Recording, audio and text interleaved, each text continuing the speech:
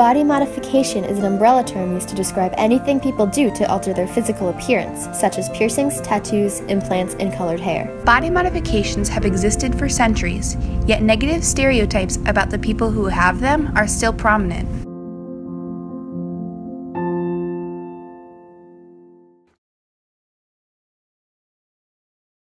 Hi, I'm Courtney. I'm 21 years old, and body modification to me is a big deal because I love tattoos, and I don't think that makes me a bad person or any different than someone else who doesn't.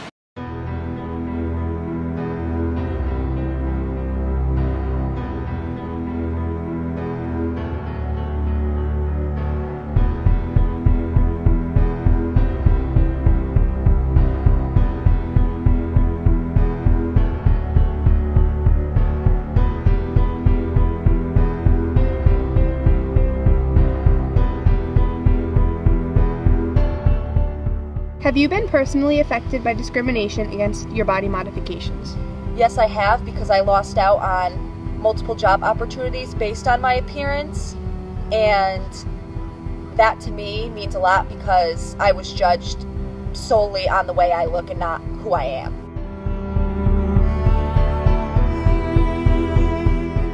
I've gone out on certain gigs, and this was more so when I was doing, it was more like of an E-type show where I would have to be in my bathing suit some of the time because and the MTV show, because we were doing things that required like jet skiing and things like that, and they did not like my tattoo. They were so pissed. They didn't want me to have any tattoos, period. So we would have to cover them up, and that really made me sad.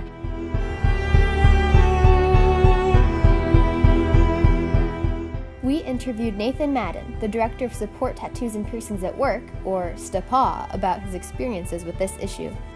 When I worked with employers, time and time again, whether it's working with HR or in boardroom meetings or coming up with top standard operating procedures for companies and looking at what we wanted our employees to be like, there was such a focus on their appearance, and it actually kept us on multiple occasions from being able to hire somebody who had a better resume than somebody else just because they didn't fit the look.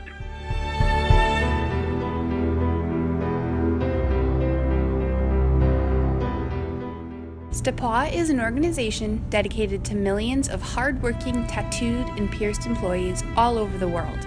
Although STPA does not believe in legislation, we do.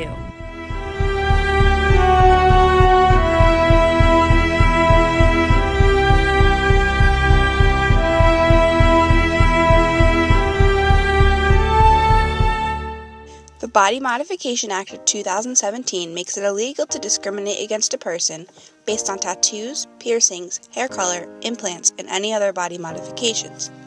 This law also makes it illegal to retaliate against a person because the person complained about discrimination, filed a charge of discrimination, or participated in an employment discrimination investigation or lawsuit. If an employer does not comply, they are required to pay a $5,000 to $10,000 fine to the victim depending on the severity of the discrimination and the size of the employer. The goal of our law is to have employers focus on a job candidate's resume and qualifications, not their physical appearance. If you live your life in a way or have a resume that doesn't reflect somebody who has a great work ethic, don't be surprised when you don't get hired. We run into occasionally people who feel like they've been discriminated against, and it would be accurate, they are discriminated against, but the actual fact of the matter is the entire employment process is discriminatory because it's trying to weed out the people that they don't want working for their company or organization, and put in place the person who's the best for the job. So by default, it's a discriminatory institution, and that's okay, but it should be discriminatory based on how that person has the ability to do the job, whether they have the ability to do the job or not what they look like, because that has absolutely nothing to do with their output or productivity.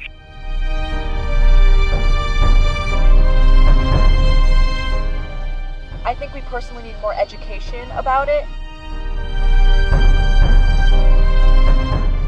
At an individual basis, The key to educating others is to educate yourself. The best way to fight this kind of discrimination is through education. People choose not to give people with body modifications a chance because of their own preconceived notions about who these people are.